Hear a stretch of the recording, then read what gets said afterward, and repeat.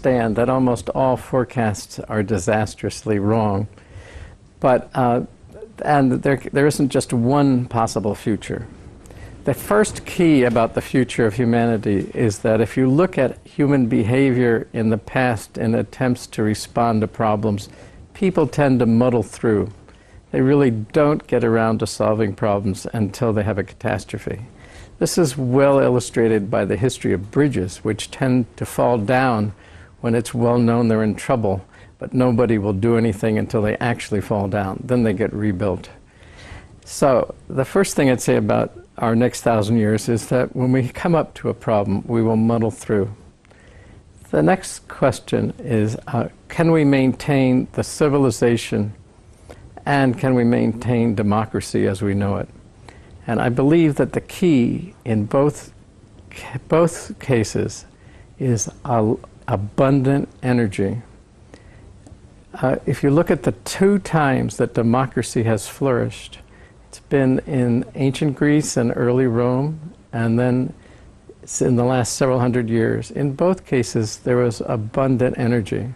When energy gets tight, democracy is likely to suffer. So the future of democracy and freedom is tied up with the easy availability of energy. The question is how we will survive as a civilization, as well as how we will survive, period. I think that there's going to be a large population crash sometime in the future from disease, possibly from another kind of environmental catastrophe. I don't think people are going to succeed in controlling their own population. After that crash, there will be a rebuild of civilization. I think the questions are whether civilization in the future will be despotically run or democratically run, and we can't say. But knowing the past history of the world, it's unlikely that democracy will flourish, although we all hope that it will.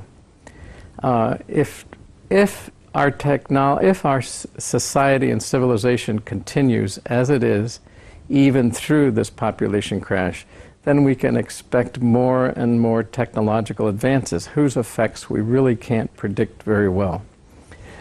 But we can see a future where people who, if they acted with goodwill, could be a future in which human beings lived well with nature. That's the desirable future. We will continue to be a heavily urbanized society. I think that will continue. And if we would only learn the lessons of landscape planning and architecture so that we could design naturalistic landscapes, and if we could understand the actual value of wilderness and biological diversity, not the mythologies that are around today, then we could come into a social and civilized harmony with nature. But that's one future. The other future is that we use our resources quickly, we do not learn our past lessons, and we end up with despotic rule and a much lower standard of living. And I don't think we can predict which way it's going to go.